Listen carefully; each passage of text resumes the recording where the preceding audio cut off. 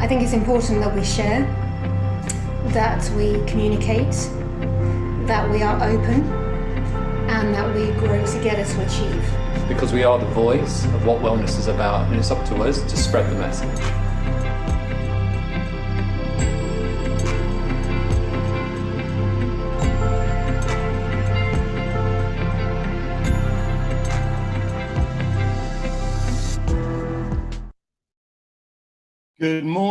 Good morning, everybody.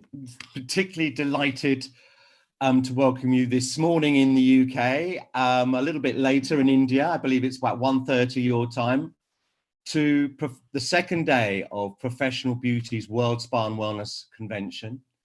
We have about 70 speakers from around the world. And as I've said, today we start with our India panel. I'm very, very pleased to welcome our editor from India, Kanishka Ramchandani, who is our editor for Professional Beauty, who will be hosting the panel.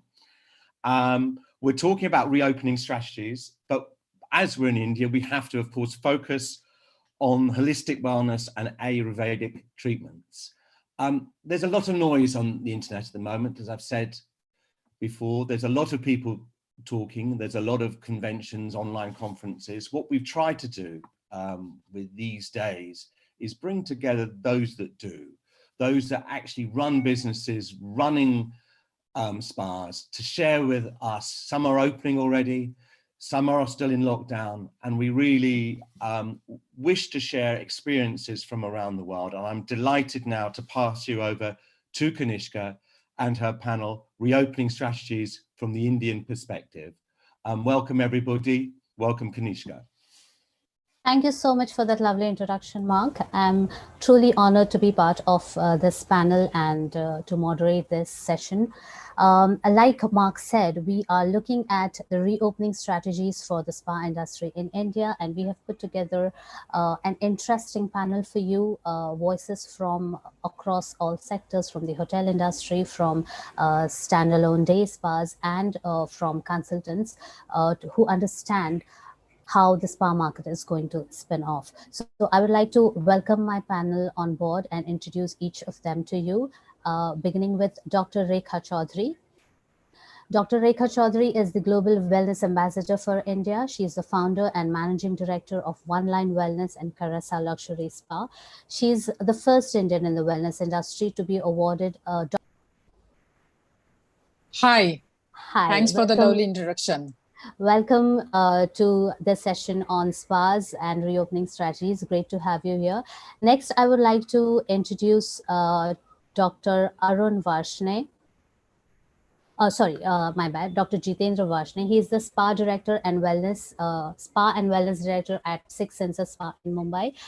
He is a postgraduate in Ayurvedic medicine and a certified yoga teacher. He has an extensive experience of 15 years in both hospitality and the health industry.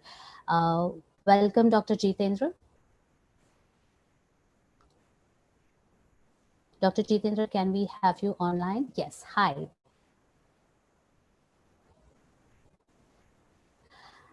Our next panelist for today is Dr. Arun Pillai, Director of Wellness at Dharana Spa, Hilton Chilim Estate Retreat and Spa at Lonavala. Dr. Arun has worked with prestigious brands such as the Hilton, Kempinski Leela and Nexus in Malaysia, the Lalit Group and Sunswept Resorts in the Caribbean. He also specializes in Ayurveda and has an integrative holistic approach towards wellness. Welcome on board, Dr. Arun. Thank you, Kanishka. Welcome all of you. Thank you. And finally, we have with us Ritu Taure. Ritu is the founder of Spa by Ritu. She has done extensive work in spa education, training, and consultation, and right now plays a pivotal role in helping spas conduct their business. Welcome, Ritu. It's great to have you on board.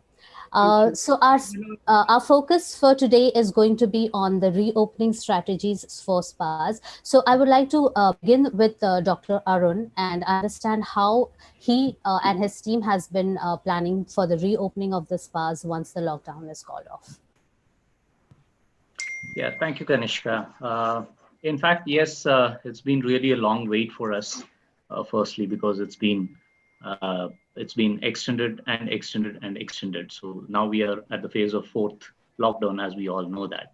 So, I mean, we have been putting together a lot of plans together, but I would just like to focus on a couple of things which I would like to share in here. The first thing is we are also from Hilton. So from a brand perspective, we have been receiving a lot of guidelines in terms of understanding how globally we are going to do this together, and also convene it and align it to the local requirements. So if I have to really put it together, it's basically we are looking at a few things, which is from a perspective of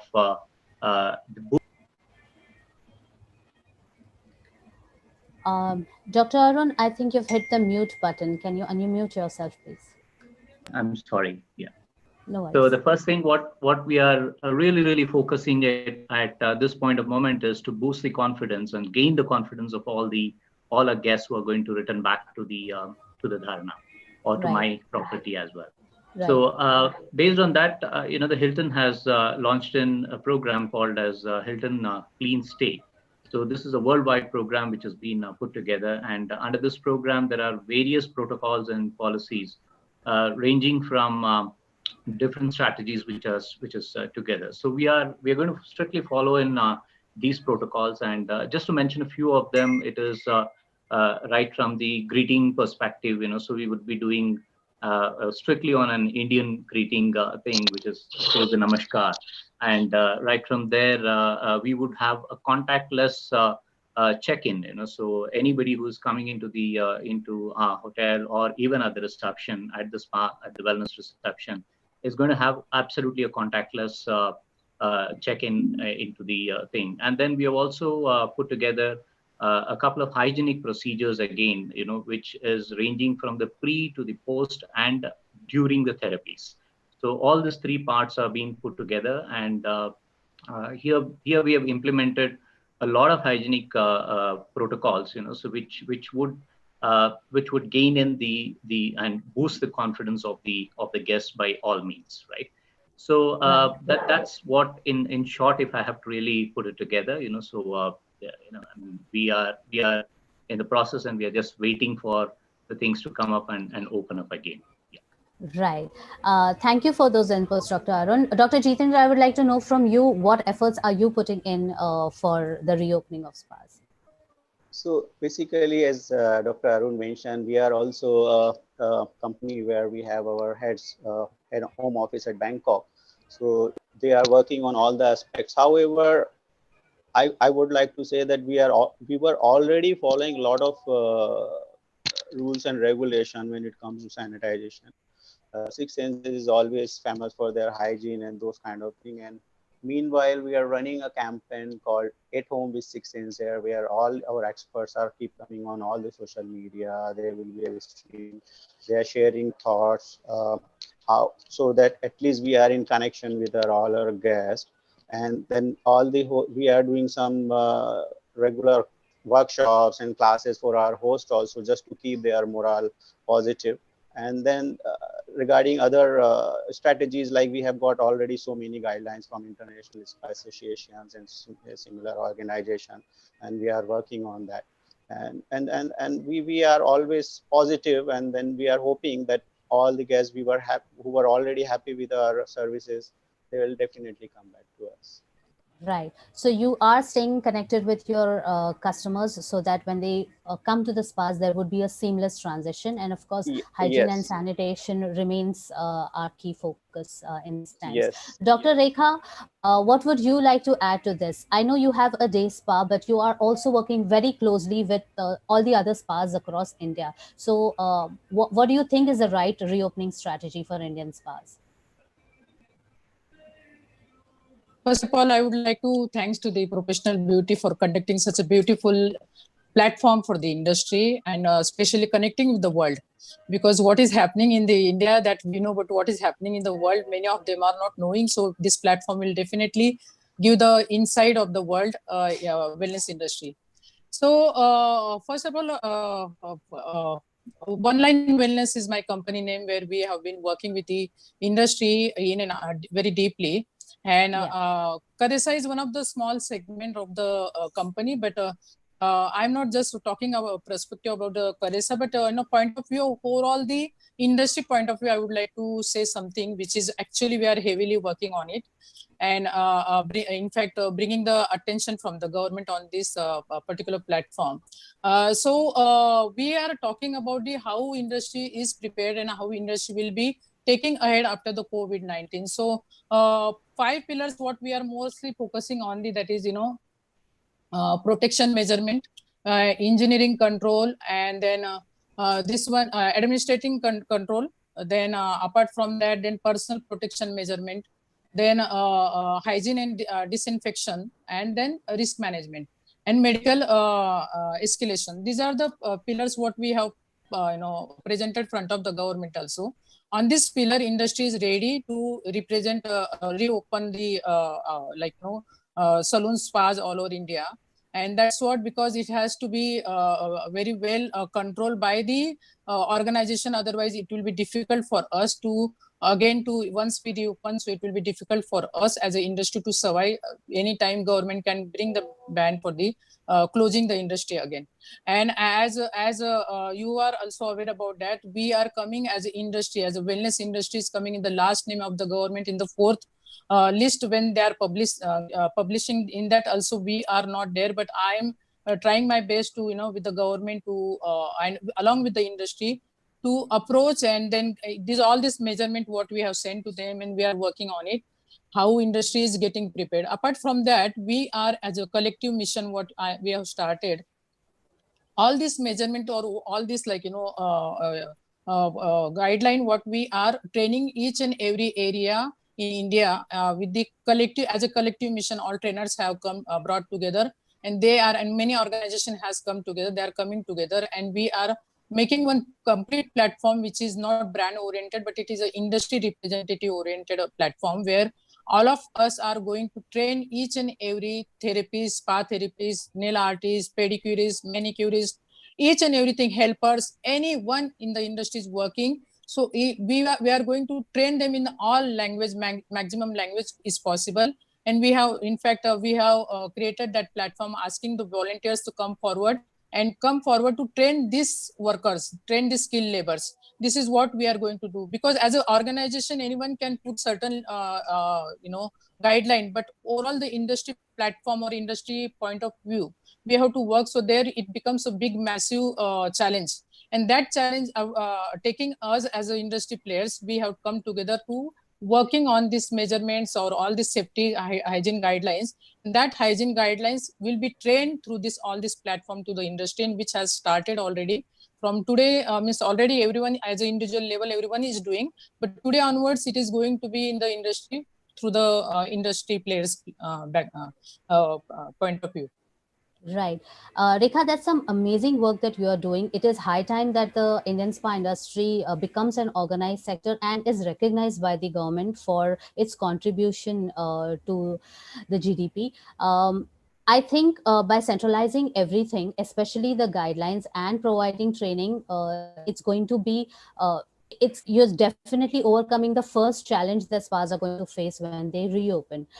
Now, I'd like Ritu to take up this question. Ritu, in your experience as a consultant, what do you think should be priority when the spas reopen?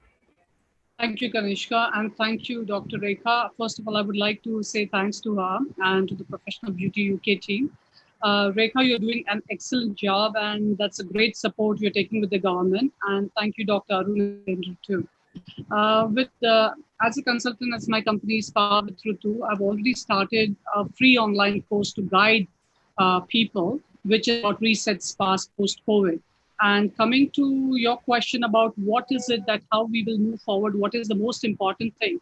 Yes, sanitation and everything is most important, which plays a very dynamic role, because today COVID has forced upon us or compelled us to bring a very different kind of change. It has changed the dynamics of our day-to-day lives as well as spas.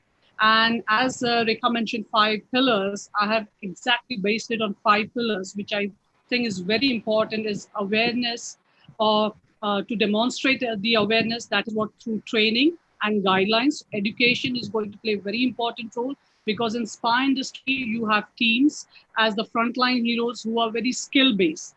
So you require very consistent, rigorous, and reinforced trainings that can happen only through guided education. And second thing is identifying or recognizing the caution and developing an intent to prevent, because there's no vaccination, no medicine. So definitely team will have to develop an intent to prevent and practice all the preventative measures.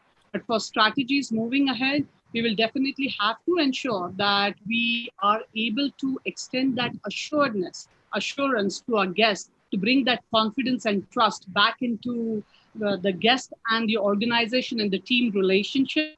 And I would say that this can only happen if we set protocols, policies, and all this through training guidelines. So these 5 pillars will play a very important role, how we actually strategize when we are ready to reopen our doors and welcome our guests back into spas, wellness centers, or hotels. Right. Thank you so much, Ritu, for bringing to light the importance of education and training here. Dr. Arun, I will come back to you with my next question on holistic wellness. In India, spa and wellness is mostly all about getting massages done. So do you think the new normal will dictate new terms for Indian wellness? Well, I think it's a great opportunity for India to showcase what we already have and what we have been proclaiming in terms of our traditional practices. So definitely the holistic wellness approach. Even for the smallest to the smallest spas until the biggest to the biggest resorts and the retreats or the wellness centers in India, where the drive has already started. With the Incredible India, what we saw. And it was really going in a very, very fantastic streamline. So I strongly believe that definitely this is going to be a great opportunity for us, wherein we could showcase our traditional practices and put together certain protocols and certain practices, which could be evaluated and further taken to the end user, post the COVID the pandemic situation. So ideally, we have already gone and ventured into this sector, in a very long time. So if you see the tourism of India, and I mean, when we look at the wellness tourism itself in India, has seen a huge boost, from past at least a decade or so. So when we started off, long back, and what we have today is really a long journey what has been taken through. So I would definitely see that post-COVID is going to be a huge opportunity for us, and that would take us to a very new arena. So that's what we are looking at. Right. Dr. Jitendra, what would you like to add to this? Yeah, see, first of all, for me, ISPA supposed to be always a holistic wellness center. The element of healing was always associated with, but unfortunately, some people start opening a massage center and putting a board outside a spa and wellness, which was unfortunate. Now, International Spa Association already has come with a new definition that spas are a place where you will be going through with a lot of professional experience to renew your mind, body, and spirit. So already the term has been changed. Now, I think after this corona pandemic, there will be definitely a curiosity in everybody with respect to any age group, whether you are old or young. People will search a place where they can go and find how to de-stress mind and body, how to develop your immunity. So this is really very good opportunity being in India. Like, we are really fortunate. We are really lucky to have an expert from all over the healing system. It's not just Ayurveda. It's a naturopathy, it's a Chinese traditional system, it's a Reiki healing. So you can go, there is a list of experts. So now this is the right time to utilize them and emerge like a wellness hub, like yoga. India is already famous as a hub of yoga. So this is the right time for us to emerge as a wellness hub. Now, how can we start? So first of all, I think we should start promoting our experts who are working with or who are associated with us. We should promote them rather than just putting a beautiful lady receiving a massage or facial. That can be one part of your center, but if you are really looking for a wellness approach, you have to do something to invite the people, let them understand now what is the real meaning of spa. It's not just receiving a relaxing massage. And we know that everybody is aware. There's this very famous quote in the industry: when we place high, illness come wellness. So this is the right time for all of us to work as a team to share what actually I'm looking for, what my clients are really looking for, what do you think, what should we have inside the center. So there's a really good opportunity for all of us. Right. So this is the time to change this challenge into an opportunity and bring about holistic wellness to the forefront. Dr. Rekha, in your discussion with Honorable Minister Nitin Gadkari ji, he had come up with this whole idea of the Panchakarma centers. He was stressing a lot on Ayurveda, and that leads me to this thought that yes, holistic wellness is something that is on everyone's mind, including the governments. So what do you have to say to this? So especially I want to say something which is very belongs to the Indian and Indian culture, which is when in 2008 first when I started the first spa, that is that time I had designed that concept on the Sola Shingar. Sola Shingar was the concept where it was a actual ritual was given to the how you can beautify your body, mind, and soul. That is a ritual pattern what we have, and that belongs to the Indian culture. And that's what was the communication what I started, because spa is not just a massage. This is completely misleaded by the consumer, and we as experts, we have to put efforts to bring in their attention for this kind of concept which belongs to the India and Indian traditionals. Apart from that, one of the concept which is my concept which is registered in WHO is called Mother's Touch. That is also another concept which I have taken patents on. That is after the delivery, mother and child, how they can naturally recover themselves. So there is no massage concept only in this case also. Apart from that, 35 years back, like my daughter is 33 years old, and 33 years back, I had taken the sand therapy from my mother. And that's how I could rediscover the stone therapy. And I was giving those days, I was giving the community service with that sand therapy. And today we are talking about the sand therapy, sand bath, and all these things. So all these things belongs to India, and Indian has that culture and traditional. And India is rich with all this traditional culture. Apart from yoga and Ayurveda is another one of the vardhan for the industry. So all this having all this such a strong foundation from India, we are not success. We as an industry player are not success to enter in the consumer mind. That is, a spa is just a massage center.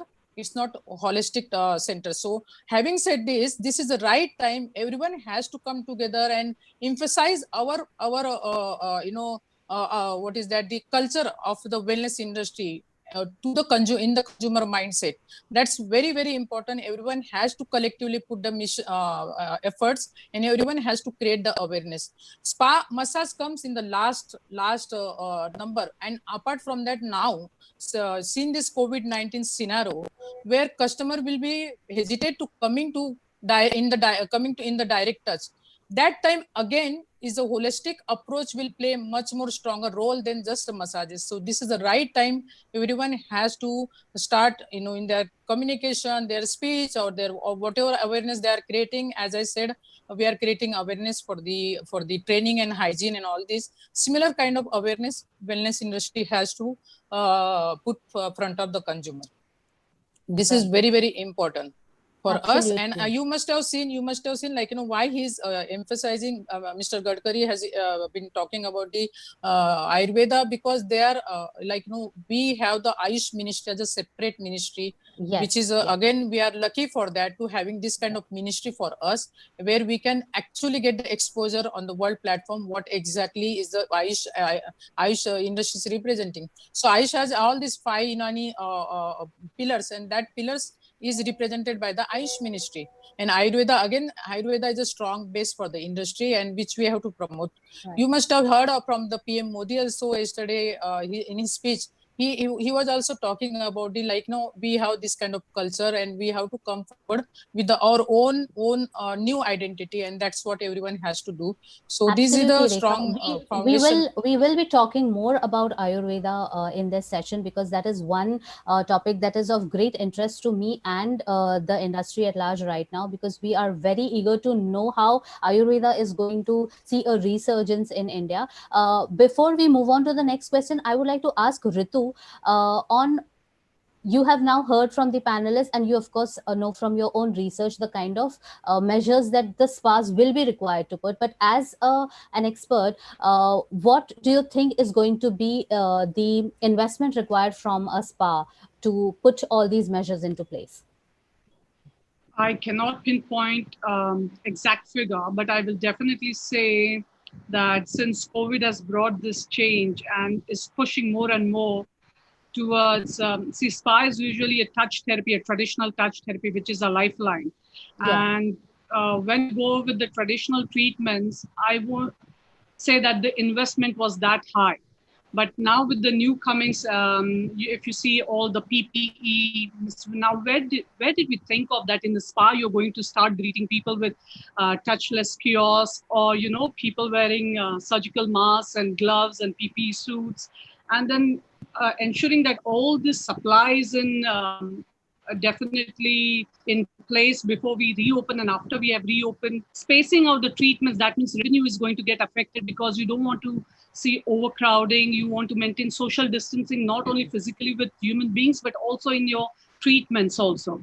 The cleaning time is going to increase your payroll because you may not have the luxury of having full staff, but definitely the payroll is also going to be affected because you might have to look at how you are going to have the cycles of cleaners, and there are different aspects which COVID is forcing. So these are the I would say elements that we will have to look into, which is going to add cost, because definitely you are going to have a limited menu to start with, because we might have to enter again at a very tiered level, I would say, or like phase in 1, phase in 2. So recovering that revenue of whatever we have to put in before might take a little time longer than expected. So I think investment initially for a year or year and a half is going to be heavier compared to what are the returns on those investments that we might be expecting. And do you feel that there would be any difference in the approach for day spas and destination spas or hotel spas? Day spas may have a little different challenge, I would say, compared to hotel spas, because hotel spas work as a complete unit. And you have the engineering support, you have the housekeeping support, and it's a big support. The water body, the filtration process and all. Day spas have their own, and for them the expenses are going to be heavy because utilities, payroll, everything is borne by the owner himself, and it is on per unit. And to put it across, because it may, as hotels have their own brands and brand guidelines, which are big and which are reached out everywhere in the world. So there is a very specific guideline or protocol. Upcoming day spas might find it difficult to stand up again initially, but slowly they can again roll back into the system, into the business. But definitely it would be much easier on the hotel spas or resorts compared to day spas. Right. Dr. Arun, like Dr. Rekha just now pointed out about how Ayurveda is going to play an important role, and you being an Ayurvedic expert, can you shed some light on this? Is Ayurveda going to be a big part of the new normal? Yeah, I think yes, in all ways, because if we really look at it, the Ayurveda is all about the fundamental consciousness, bringing in a consciousness, and it just teaches about your understanding of who you are and what is your lifestyle, and how qualitatively you can improvise your lifestyle, how environmentally you're going to live in a certain kind of an environment.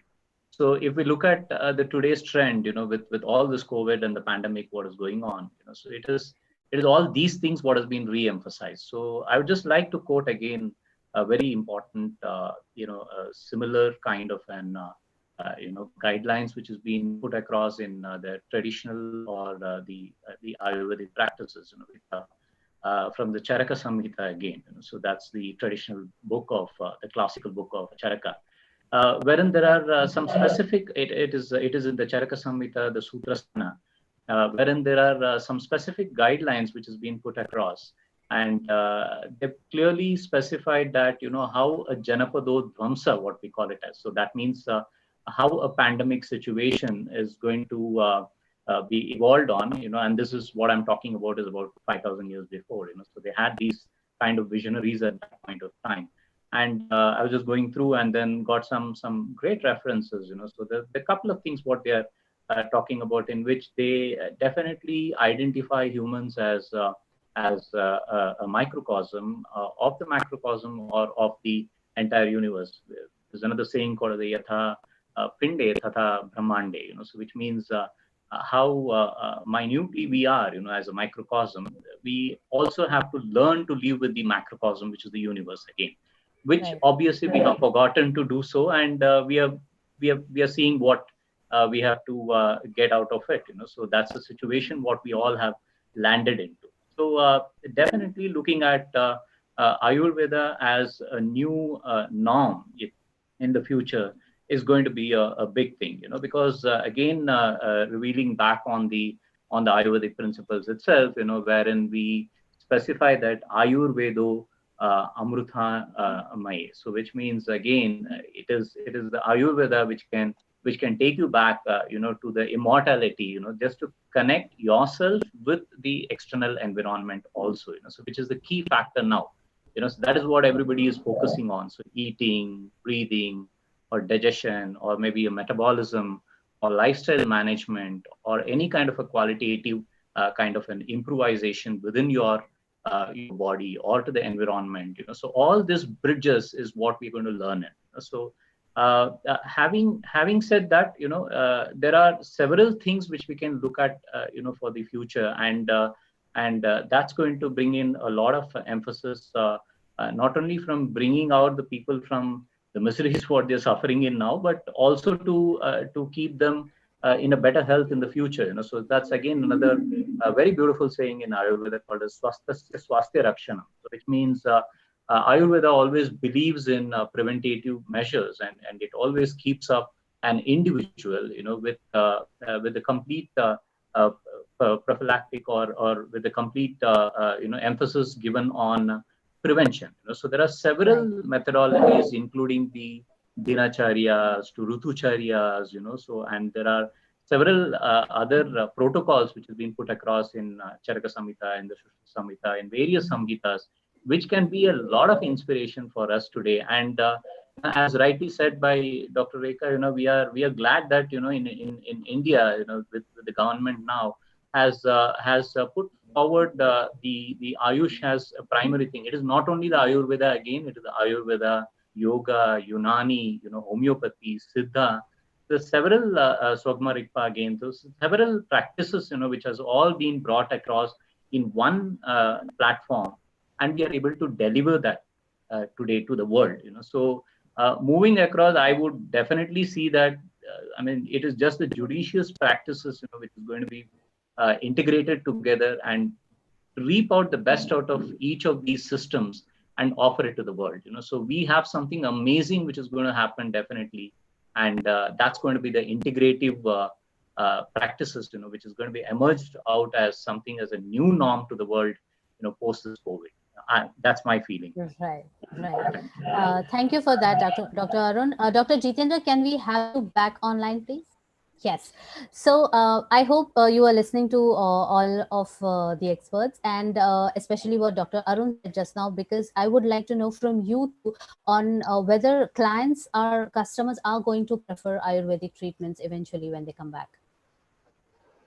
Yeah, definitely. So let me go back to a little bit when we were talking about the holistic approach. I think so far the spa industry was just limited to mind, body, and soul. and we were missing the real element of wellness, which is like environmental wellness and the social wellness. And what we are going through with this is related to more environmental. We have polluted all air, water, earth. So Right. we are going through with this all problem. So first of all, when somebody is looking for a holistic wellness in a destination, they have to be devoted to protect the environment. They have to be something to do something social work. Now, it's not just limited to your spa. It should be everywhere the guest goes, like in the restaurant, in the room, in the minibar. The wellness should reflect everywhere. This is how we can really generate a feeling of wellness.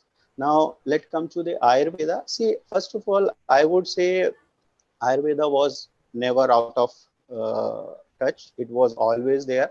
People were using Yeah. different names, like the wellness industry actually using the all philosophy and concept of which are mentioned in Ayurveda and yoga text already. Now we are just worried about last 2-3 months, and we have given the name. It's a pandemic, but think before this 2-3 months, the whole world was going through a big pandemic with the lifestyle disorders. Yeah. Every day you might be having 1,000 diabetic.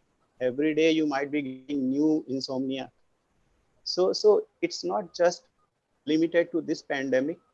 I think this pandemic may initiate people to look life again with different perspective, and Right. they may look for Ayurvedic doctors to help them in a different way. See, I would say Ayurveda is like a recipe where all the ingredients itself enough to complete your prevention and cure. So Right. far we were just looking Ayurveda as a temporary solution, and we were just looking as a single herb solution or just a diet for 1 day or 2 day.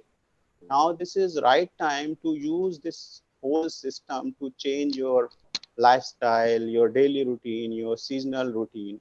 So it's Right. it's a it's a definitely there is a, and we are already getting a lot of calls, like my friends who were in touch with me since years and years. They never asked a single question, but after this pandemic, every second day I'm getting 2-3 questions about their parent. What can I give them? They are diabetic. What should I do Right. for food?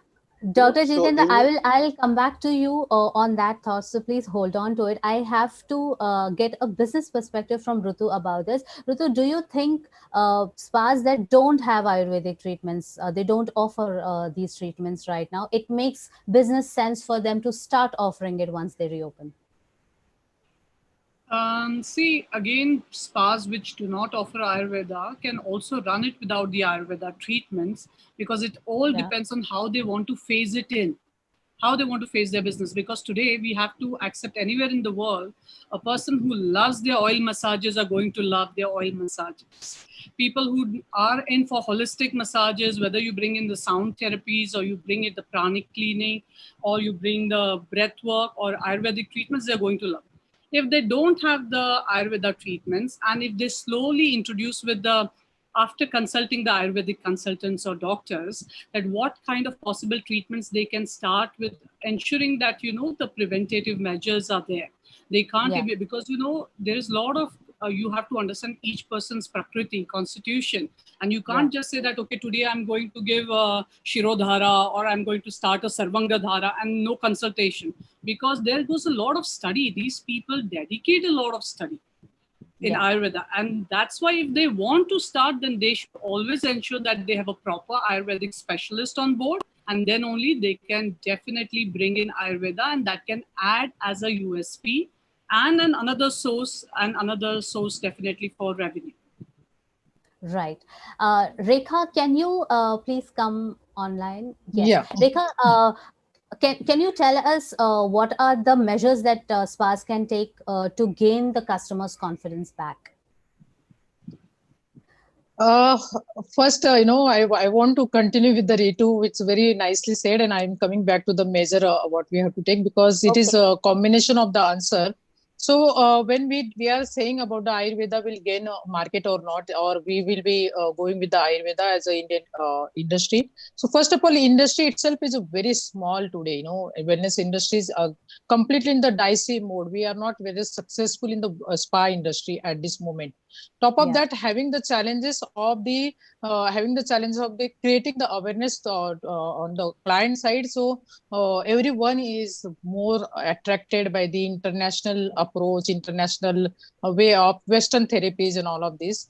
And as correctly what Ritu is saying, so Ayurveda, when you have to implement in your organization, so it has a huge challenge is, you know, understanding the properly internal body structure, and that is we need a proper doctor on board.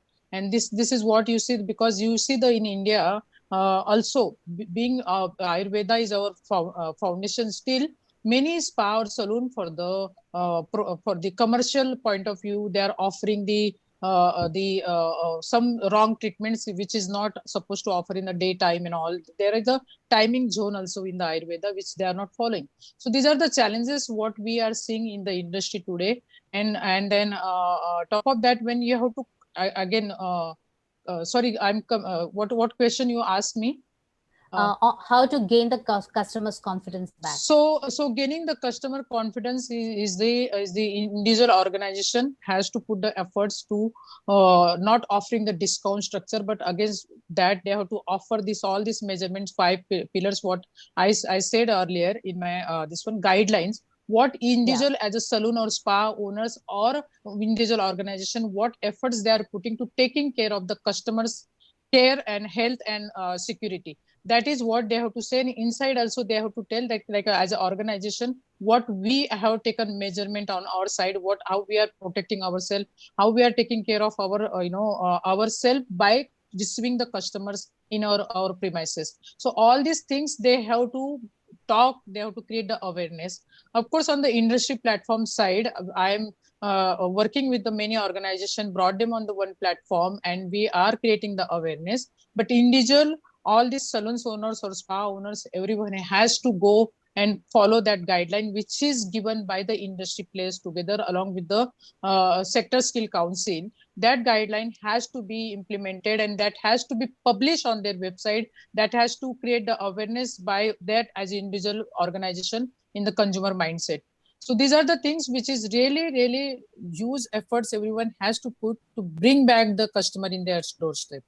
Right. Dr. Arun, would you like to add something to this? Yeah, definitely. You know, because whatever Ritu mentioned and whatever Dr. Rekha mentioned, you know, so I think it's almost covering all the points. But just to put it together over there, as far as the offerings are concerned, you know, so yes, the day spas have a limitation in terms of offering the full-fledged wellness experiences. But I would also still say that, you know, the same experiences of just providing even a simple massage or even a simple abhyanga or a shirodhara or anything, you know, which can go in without an presence of an expert doctor being hired and things like that. Even those experiences or the treatments can be still streamlined, you know, so they can probably adopt certain measures like we were just discussing about the Prakriti, you know. So Prakriti analysis today is widely available, you know. It is just a simple kind of a questionnaire which can be taken up, and at least you know that what kind of a genotype you are into, you know, and then the phenotype can be left ahead, you know. So the as far as the disturbances or the vikruti, what we call it as, that can be left ahead, and we can probably focus on swasthya rakshana, which I mentioned earlier. So there could be an educative methodology which can be given and provided even at the therapist levels, you know, at the healer levels, which in fact, I have to share my experiences that when I was working in Malaysia for 7 years and even in Caribbean, I had a very limited, you know, in terms of manpower, you know. So there was a lot of limitation over there. There was a lot of limitation in terms of even the drug availability. So all what we had to do was utilize the local manpower, utilize the local availability of what is present in that particular areas, and then we implemented certain things into the wellness propositions.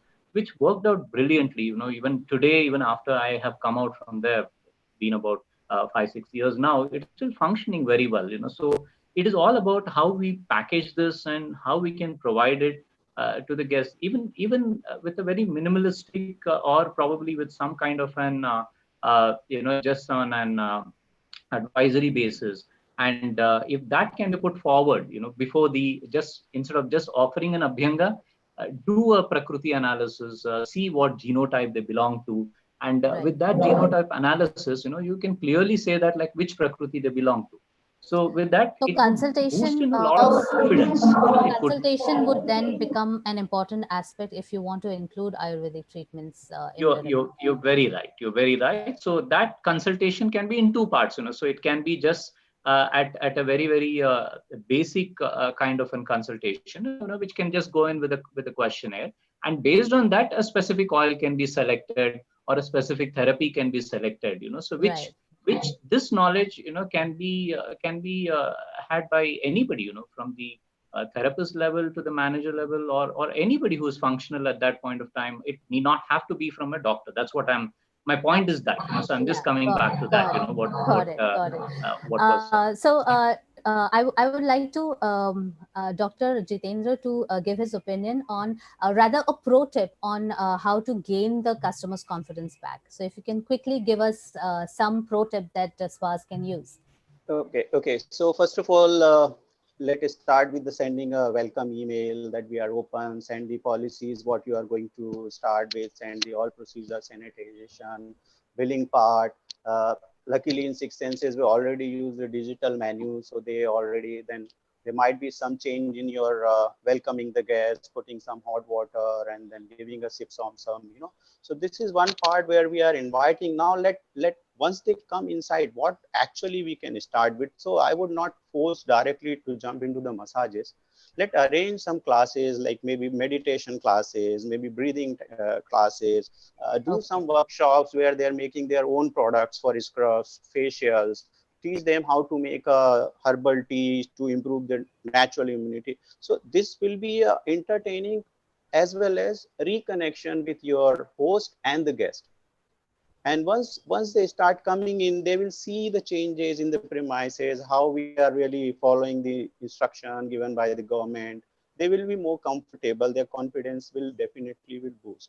And once they keep coming, take the feedback of the happiest customer, spread words with the other guests who used to come and now not coming just because of this fear. That's the one aspect. And I would like to add something from the point of, so basically, see, we are living in the world where everything is available digitally, correct? Yeah. So no need to hire a doctor or any specialist. Basically, like a multi-specialty hospitals, what they do, they keep the doctors on visiting basis. Yeah, they just come, they see the patient and patient is admitted, and then the treatment line is continued by the nurses and compounder, whoever. Right.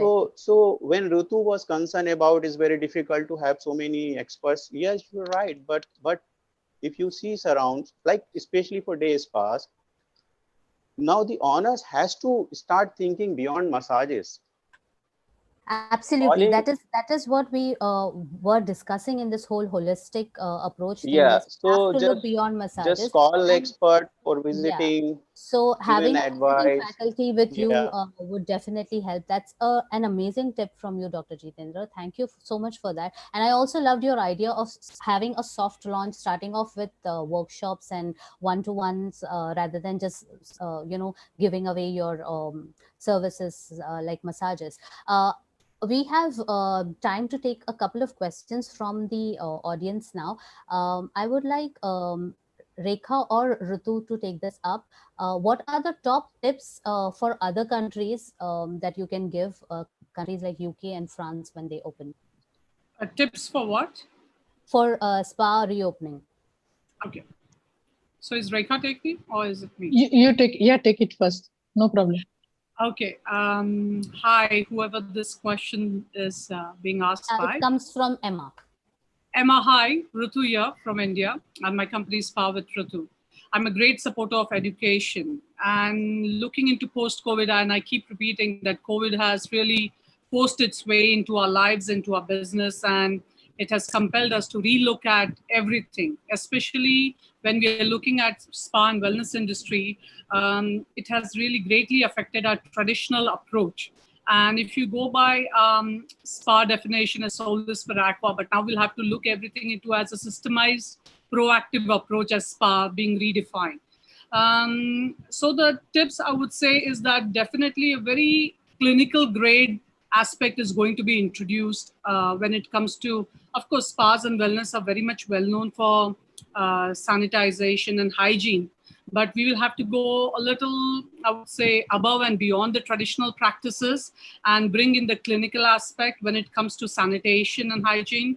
The tip is I would definitely ask you to start preparing your team at least 60 or 90 days, depending, because you will have to, as I said, the 5 pillars is they have to demonstrate awareness. They should be able to identify the symptoms, recognize the symptoms, develop an intention to prevent, that is practice prevention.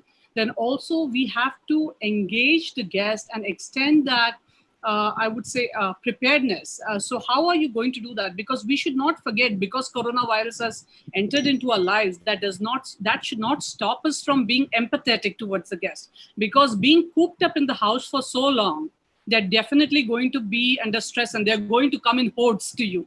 Because it could be mental stress, emotional stress, physical stress. They may want their massages, or they may want their breathing exercises or holistic exercises. They're all going to come back to you, and you're going to be the most popular people, because you are going, and you will have to extend that we care for your well-being and safety, and you will have to practice and develop that practice of preventative measures and prepare your team with all the protocols and guidelines so that we deliver a very consistent message of we care for your well-being and safety, and we shall provide you with the treatments. When it comes to treatments, again, as a tip for reopening, I would say initially maybe you will have to have look into a limited menu offer. And the traditional hands approach, especially on the facials, I feel that you will have to look into advanced aesthetics.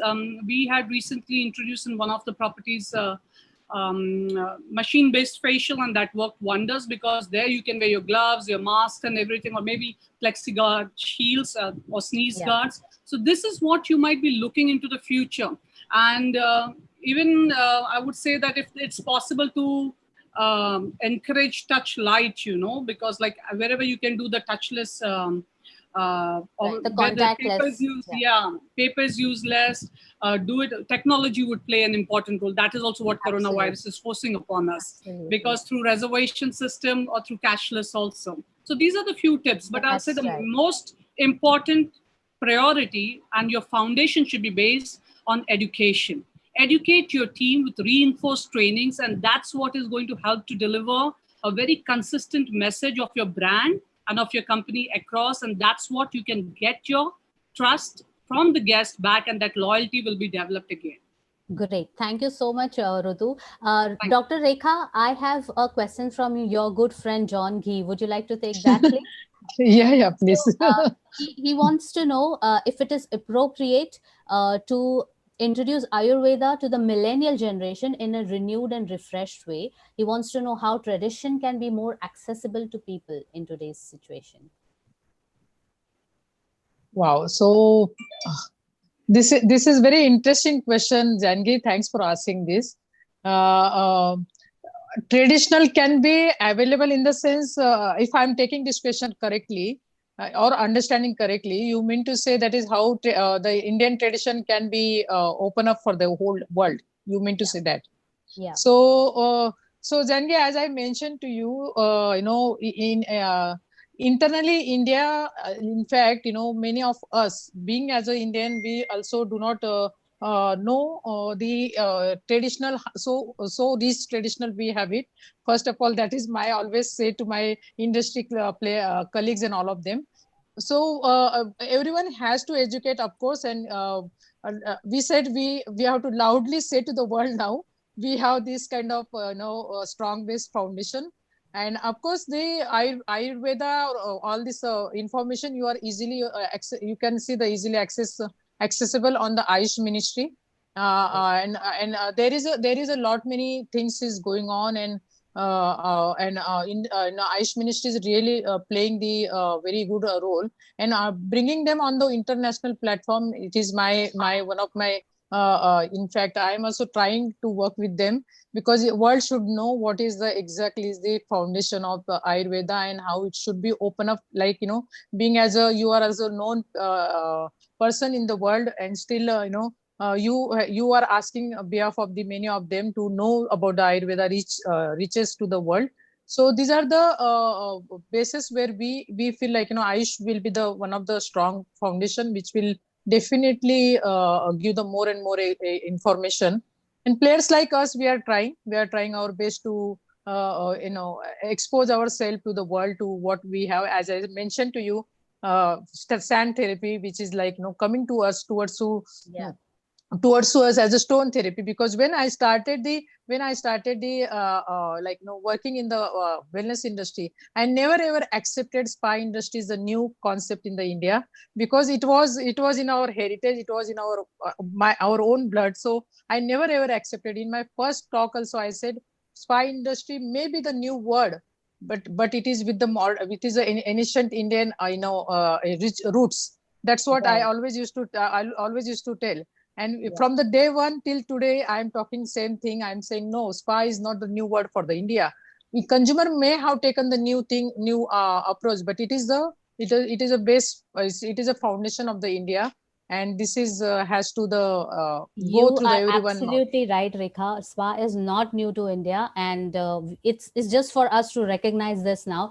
Dr. Arun, we are almost reaching the end of the session, so I would very quickly like you to take up the first half of John Gee's question, whether Ayurveda needs to be repackaged and refreshed for the millennial audience.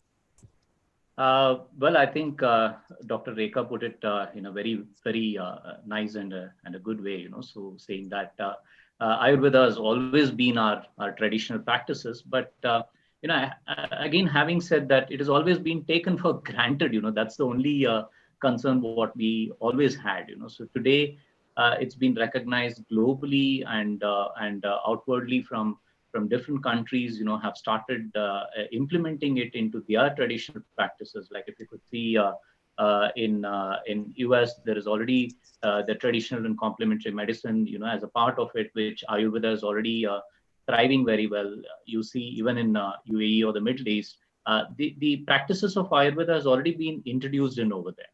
Now, one important aspect what I would like to specify over here is that, anywhere, I mean, as far as the millennials are concerned, for them it is all technology, so it's something which is to do with quick, fast technology, something which is perceivable for them, something which they can see it and result oriented and see that how it works for them. So this is what is people looking forward for, so again, having said that, how do we connect this or how do we connect the traditional systems with the technology? The answer is the quantum physics again. So in fact, when I returned back to India, I had this opportunity to join in this fantastic organization, again with collaborated with Hilton. So what we precisely did was, in order to attract the millennials, in order to attract the new generation people, we actually combined the quantum physics or the quantum offerings, so like, for example, we got in a lot of technological supports into it. Like, for example, I'll just mention one, which is basically the Nadi Pariksha, so which is the traditional pulse diagnosis, what we call, which forms a very core and an important component of any of the Ayurvedic diagnostic procedures. Right. So here what we did was we also implemented this with a software, so which was called the Nadi Tarangini.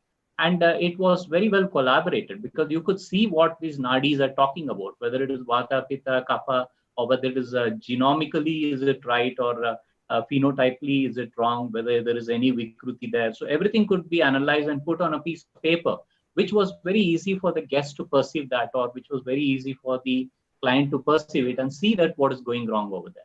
Then put them through a specific therapy, make them to do either it is a panchakarma or it could be a simple therapy or whatever it is. And again, opposed to that, redo this analysis, so that could get a clear-cut graphical representation of before and after. So this gave us a lot of confidence, and authenticity and the genuinity, because this is scientific and evidence-based practices, of Ayurveda. So this is where we have to move in this direction, and we have to take help of the modern diagnostics, or rather than the modern diagnostics, I would say that the quantitative, the quantum physics based, So there are several equipment like this. There's another one which I would just like to quickly mention it here, is the oligoscan. So oligoscan actually gives us the complete array of your heavy metal toxicity in the body. So we implemented that just before the Panchakarma. So you get to know that what are your heavy metal toxicity in the body, and then post to that you do a Panchakarma or the detoxification, and then post at the end of the detoxification we again recheck and remeasure. This was very convincing to our millennials, because they love to see the results. They wanted to see the results on paper. Right. So you need to tailor your approach as per the changing demographic of your customer. And yes, to woo the millennials, you need to have some solid scientific base and technology to aid you. But Ayurveda is here to stay. It's not going anywhere, and we have to integrate it in our new normal. Kanishka, I would like to add one thing in that, because when it comes to the repacking, when it comes to the repacking and for the reaching to the millennials, as like mother's touch is my concept, which is again based on the Ayurveda one, very traditional one, but which I have created the scientific evidence with that. And that I have presented on the WHO and all these places. So that's how it has become one of the first study of the mother's touch, like, taking care of the mother and child after the delivery. So that has become the first study on the world platform about Ayurveda based approach. So these are the actually the scientific evidence which we have to create for the repacking this Ayurveda concept. Absolutely. So Ayurveda has to be backed with modern science to ring a bell with the modern customer. Thank you so much, all of you. It was a wonderful panel, and we got some interesting insights into not just the business aspects of running a spa, but also about holistic approach. I am truly grateful for all of you to joining us today. I'd also like to give a shout out to all the audience that we have today.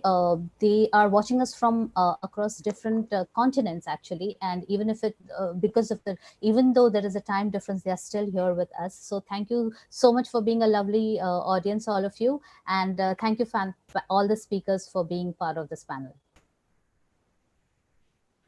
Thank you very much. Thank you. Thank you.